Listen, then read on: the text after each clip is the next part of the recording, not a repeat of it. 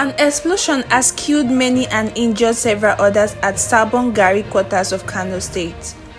Our correspondent, who was at the scene of the unfortunate incident, saw over 5 people being rescued from the rubble of the explosion.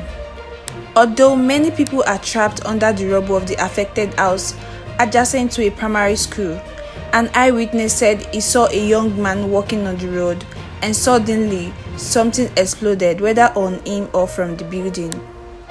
Neither the security officials nor the National Emergency Management Agency have made comment on the cause of the blast, but already several persons are reported dead, while so many others are still trapped under the rubble of the exploded house. The Department of Security Service boss in the state, Alhassan, and the Police Commissioner Samaila Shuaibu Diko were both at the scene. Operatives of the military, Nigeria Security and Civil Defense Corps (NSCDC), and others were also at the scene.